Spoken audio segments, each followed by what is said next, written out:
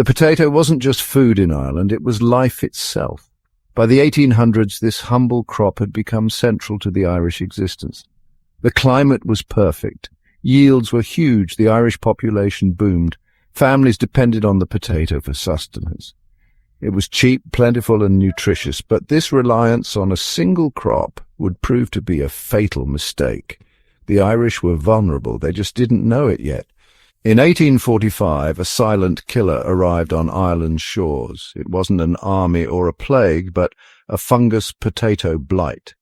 This blight had travelled from the Americas.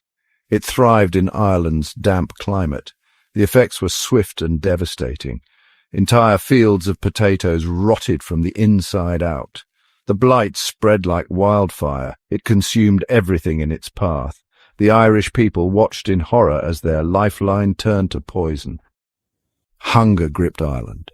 The potato, once a symbol of abundance, became a harbinger of death. People starved. Families were torn apart. Desperation filled the air. The British government, which ruled Ireland at the time, seemed indifferent to the plight of the Irish. Their response was slow and inadequate. Laissez-faire capitalism, they argued, would solve the problem. The market would provide, but the market offered no solace to the starving. Laissez-faire capitalism, the prevailing economic ideology of the time, dictated minimal government intervention. The market, it was believed, would correct itself, but the Irish famine was not a market correction, it was a human catastrophe. While millions starved, Irish grain continued to be exported to England. Landowners, many of them absentee English landlords, profited from the misery of their tenants. The pursuit of profit trumped any sense of moral obligation. Section 5, the Corn Laws, a futile gesture. The British government did take some action, most notably repealing the Corn Laws. These laws had protected British grain farmers by imposing tariffs on imported grain. The repeal was meant to lower the price of bread, but the impact of the repeal was limited. The Irish, heavily reliant on potatoes, couldn't afford even cheaper bread. And the repeal did little to address the root causes of the famine, poverty, inequality and dependence on a single crop. Section 6. A mass exodus, fleeing a land of sorrow. Faced with unimaginable suffering, millions of Irish people made a desperate choice to flee. They boarded overcrowded ships known as coffin ships, bound for America and other destinations. The journey was perilous, disease was rampant. Many died at sea, their bodies tossed overboard. Those who survived arrived in foreign lands traumatized and destitute, but they carried with them a story of resilience and the enduring spirit of a people determined to survive. Section 7. A scar on the soul, the famine's lasting legacy.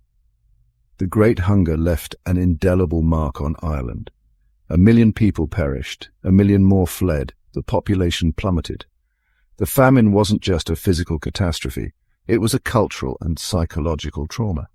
It fueled resentment towards British rule, contributing to the growing movement for Irish independence. Section 8. Remembering the past. Lessons from the Great Hunger.